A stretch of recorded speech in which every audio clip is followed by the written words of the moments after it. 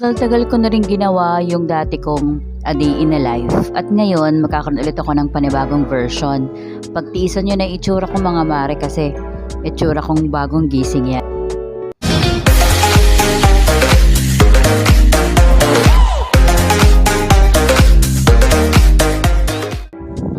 So before anything else, kailangan tayo magdasal ng ating rosary. Yes, before ako bumaba at magluto, yan ang ginagawa ko. At syempre, ito yung booklet na favorite kong basahin, yung Novena booklet na nabili ko sa St. Paul's. Kasi helpful talaga. At itong lumang-luma na pero useful pa rin, nabigay sa amin ni Father Montemayor, ni Monsignor Montemayor. Ayan, nagdadasal na ako. Excuse lang sa damit ko ha, kasi yun ang pantulog ko talaga. So syempre, bago ako bumaba, kailangan magpalit muna ng damit, ano? So ready, 1, 2, 3. Transition yarn. Tara, samahan niyo na ako sa baba.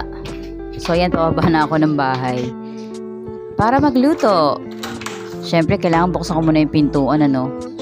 Check ko kung meron bang mga thieves, char.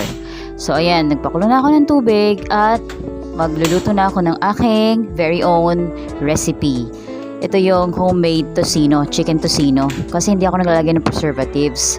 So, nag-init na ako ng kanin. Ay, patan dyan yung sandok. Oh my, baka malusaw.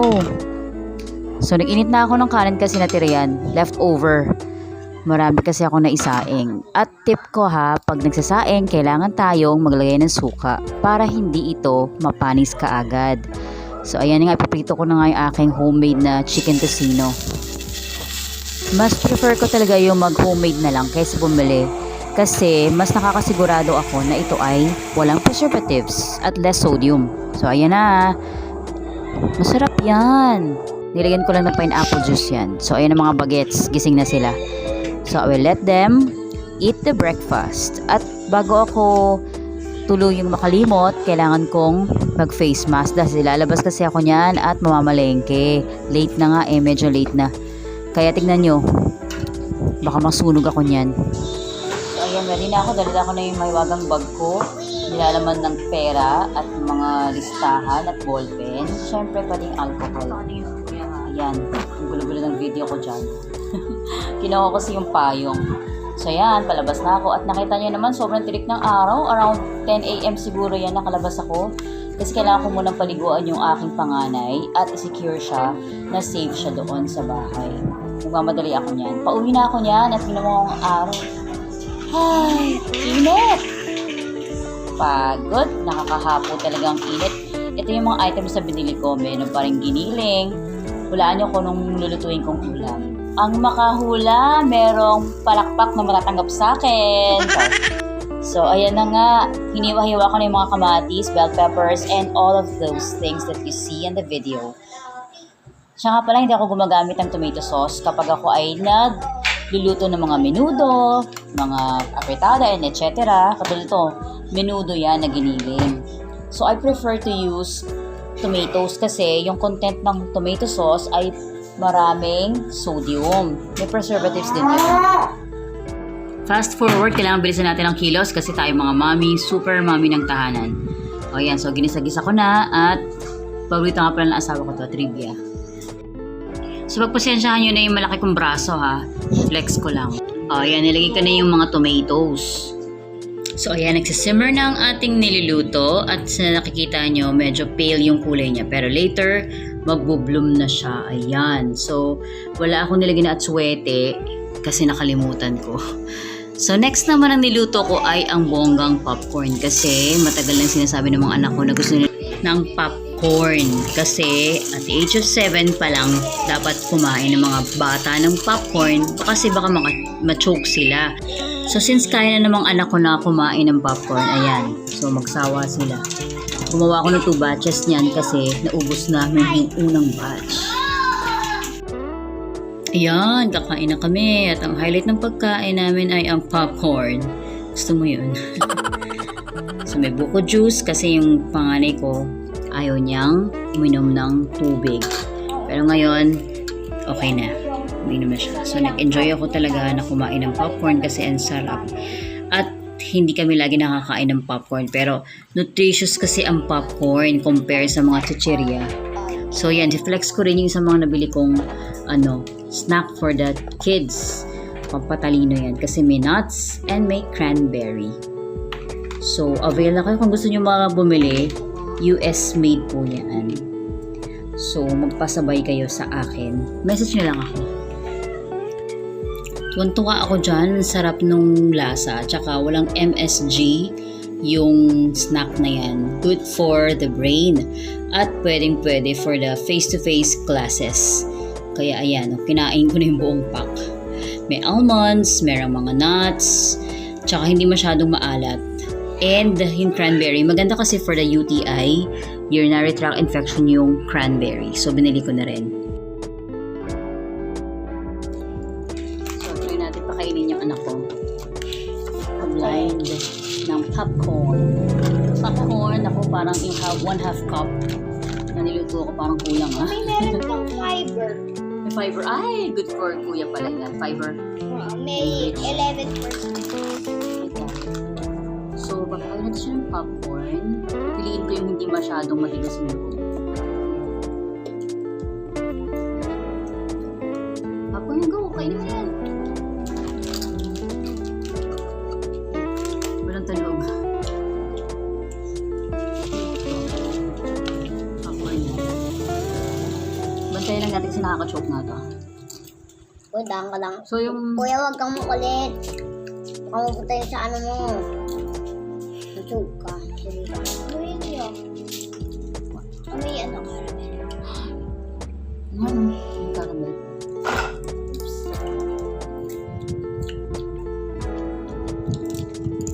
Yung trail mix naman. Mas pambaon kasi. Oreo. Ang peanut is good for the brain. Food of the brain kasi yun. Kumain ka nun, may enhance yung ability mo na to think na mas to think thoroughly, to think properly. Magpa-focus ka kasi yan, the peanuts. Kakasundo ko naman anak ko pagka may gandang pagkain. Wala.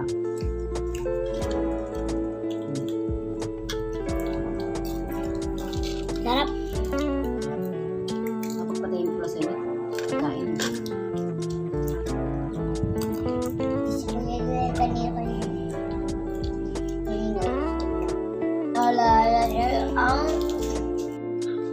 After ng pinagkaabalahan namin, nag-bake din ako ng cake. First time ko mag-bake ng banana cake dito sa aming oven air fryer. So hindi ko pa pala ito na-unbox sa inyo at na-review. Soon. Ito pala Mars. Hectic talaga schedule ko. Kasi nagsimba kami niyan. That was Sunday morning. Tapos, di ba partner kami ni hubby ng damit. Terno yan. So, ayan. After nyan, nagkaroon ako ng tripping dito. Sideline tayo sa Imus, Cavite. So, kasama ko yung dati kong kasamaan sa trabaho. Si Ate Edith, shout out. At saka yung manager ko. So, nagpunta kami dyan sa iba't ibang lugar sa Imus, Cavite. At yan, binibenta namin yan. For sale. Maganda yan, promise. Complete turnover na yan. Ang ganda pa ng mga ginamit na materials dyan. So, if you want, sige, message nyo lang ako kung gusto nyo ng bahay at lupa dito sa Cavite. Yan, built-in na rin yung mga cabinets and all. So, yan. Diba? Ang ganda. May dalawa siyang kwarto, partitions. At ito ay 90 square meter. Bongga na, diba? Tapos meron tong bathroom. Ayan, di pa masyado gawa eh. But soon. Tapos, ito yung laundry area. So, sinilip-silip ko yung ibang gawa na. Ayan yung kabuuan niya. Pati yung ibang bahay. So, after noon, nag-grocery naman kami ng bunso ko. Diba? Napaka-hectic ng schedule ng supermom niyo. Kasama ko yung bunso ko. At ayan, naghahanap kami ng mga ibang bibilhin pa namin. So, ano pa ba yung kulang? Kulang na yata, umuwi kami. So, ayan yung anak ko. Favorite talaga niya yung siomay na yan sa Master Siomay. Lagi niyang hinihiling yan. So, pauwi na kami niyan. At ang saya-saya niya kasi nag-bonding kami niyan after nung grocery time. So, ayan. Kumain na ako sa bahay. At yan yung binili kong corn dog. Tinikman ko kung anong lasa. Ganun din pala yung lasa. Ayan, ubos na. Kasi gutom na ako niyan eh. Buti na lang, nagluto ako niya in the morning kasi biglaan yung aming tripping niya. So, nagluto na ako noon. So, we got home already and I ate our lunch. Tapos yung anak ko na date ko kanina ay kumain na rin siya kanina ng lunch niya. Ito yung mga napamili namin kanina. Pag ako bumibili, dumadami yung gastos. So, yung anak ko usually nag-unpack ng mga loads dito sa box. Konti lang naman yung pinamili namin pero syempre sa mahal ng bilihin ngayon, malaking pera na rin yung nagagastos. Siguro dahil din sa gera sa Ukraine at sa Russia. So, sana matigil na yun. Kaya, dami-dami nating instead na makatipid, eh, lalong tumataas. Ito yung mga napamili namin. Usually, dumadami yung binibili namin because sa biscuits ng mga bata, weekly, mamalengke kami ng biscuits. Bumibili kami ng biscuits nila. Kasi in the morning, meron silang merienda, snack time for class, during class nila. Siyempre, break time. Tapos, in the afternoon, meron din silang snack time. Kaya dumadami ng ganyan. They don't drink powdered milk na. Ito panganay ko lang. Ito yung mas gusto niya eh. Bear Brand. Gusto rin naman niya itong fresh milk. Pero, mas kasi makakatipid kami pag powdered. Since gusto naman niya yung powdered milk, yung dalawa na lang nagko-consume nito. And sometimes, pinapainom ko rin yung panganay ko ng fresh. Ito, yung liquid milk. Siyempre, kailangan namin yan. Ito, try namin yung cheese ramen na to. Mukhang hindi naman siya maanghang. At para ma-ignite sila in the morning, they need chocolate drink. Pero hindi palagi kasi allergic. May rhinitis ka nun. So, ito, bumili ako ng thyme leaves kasi yung binili kong thyme leaves before ay na-expire. Nakakainis di ba pag ganun. So, ayan, binili namin. Napakamahal ng mga biscuits ngayon. So, ang budget mo sometimes pagka ang biscuit ay 50s, 53 lang before. Opo. Ngayon, ang biscuits ngayon nasa 58 na to 60, 64 ang the most. Ganun. Yan. So, yung mga choice niya yan. So, bumili rin ako nito. Nag-try ko mag-ube pandesal. Pero hindi ako nakabili ng instant yeast. Yan. Ito lang bilhin namin. Imagine, no? Umabot na lang 2 plus yan. Kasi, bumili pala ako ng diaper ng panganay ko. Kasi hindi pa siya toilet trained. So, meron ganito. Dati 30 plus lang to. Buy one, get one. 32 lang ata. 34. Ngayon, 40 and na siya. 40 plus ba? I can't resist. Favorite ko kasi ito eh. So, ang request ni Daddy. So, yan yun lang naman. Mga basic. Yun. Sometimes kasi nag-ano ko. Egg na nilaga tapos may miswa. So, ito yung bago namin nakuha. Bili. Jelly yum. Hindi ko alam kung gusto nila pero para maiba lang. Ano mo kang jelly siya. Aching! Hey, bless you! Chocolate syrup. Kasi gumawa ko ng pancake made from scratch pero napascratch sila sa head nila. Parang hindi nila nagustuhan. Pero minsan masarap yung timpla ko. Minsan hindi nila gusto. Siguro napaparami yung aking baking soda. So, first time kong gumamit ng Worcestershire sauce. Tatry ko kasi gumawa ng chicken, whole chicken na roasted. So, try kong lagay ito. Nakalagay kasi dito. Pwede ito sa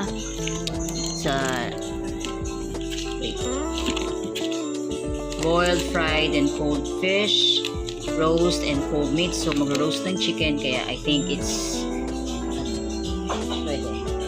Yan ang pinakamurang brand. Isa sa mahal na brand yung Likam Key. Gusto ko sana yung Likam Key. Pero, syempre, subukan ko muna kung okay. Yeah. So, Graham, kasi gagawa ko ng Graham na, mango Graham. Tapos, meron din na, sunflower ba yun, na brand. Yan. Ito lang binili namin. Yan lang. May toiletries siya kayong diaper. Nagpamahal na 500 plus yung diaper. So, yun. May tissue kailangan namin sa CR kasi na-train ko na yung anak kong maghugas ng kanyang butt kapag after ng mag-poop. So, kailangan niya yan dahil ayaw niya hawakan. Try ko nga ito kung maganda to. Then, Ayan. Wipes. Lagi kami nag-wipes. Panty liner. Tapos, toothpaste with salt. Sa lahat naman nakita ko doon, ito yung isa sa mura. May mas mura doon, pero mas gusto ko to. Tapos, hand soap, sabon ng mga bata, and multi-purpose cleaner. Tapos, color safe. Favorite ko yan, pang damit. And my toothbrush. Yan. Laging nagpapalit ako ng toothbrush kasi hindi ako satisfied pag medyo parang buka na. So, yun naman nabili namin. Pero parang ang mahal-mahal na aming binayaran. Na yung araw na to at nakita nyo ba sa likod ko? Lilipitin ko mamaya yan after taking a bath. Siyempre, muna tayo, magpapahinga ng saglit kasi sumasak na yung mata. Yan, so yan, para magkasya yung mga biscuits, tinanggal ko na sa mga wrappers nila at nilagay ko na silansan ko doon sa box kung saan nila nilalagay yung mga biscuits nila para lang makatipid sa space. So yan, nilagay ko lahat dyan at meron pa sa isang lagayan doon sa kabila. So after bathing, syempre i-turn off ko na yung pampalakas ng kuryente namin. So snack time na ng mga bata yan, kaya sinundo ko na yung panganay ko sa taas para mag-biscuits na siya. Then later, lalabas kami para maglakad sa labas. Basta ang hair ni mama? Yan. Sweet niyang anak kong yan. Love you. Let's go down na seat. So, ayan na. Lakad time na namin ng aking panganay. So, nakikita nyo naman na makulimlim na kasi medyo late na yan. So, mga 5 o'clock na yan tayo. Kasi sobrang init pag 4 o'clock pa rin. Ang sarap maglakad ng hapon. Nakakatulong kasi sa anak ko yung paglalakad dahil exercise sa kanya yon at maganda yung bowel movement niya. Sorry sa mga tilaok na manok ha.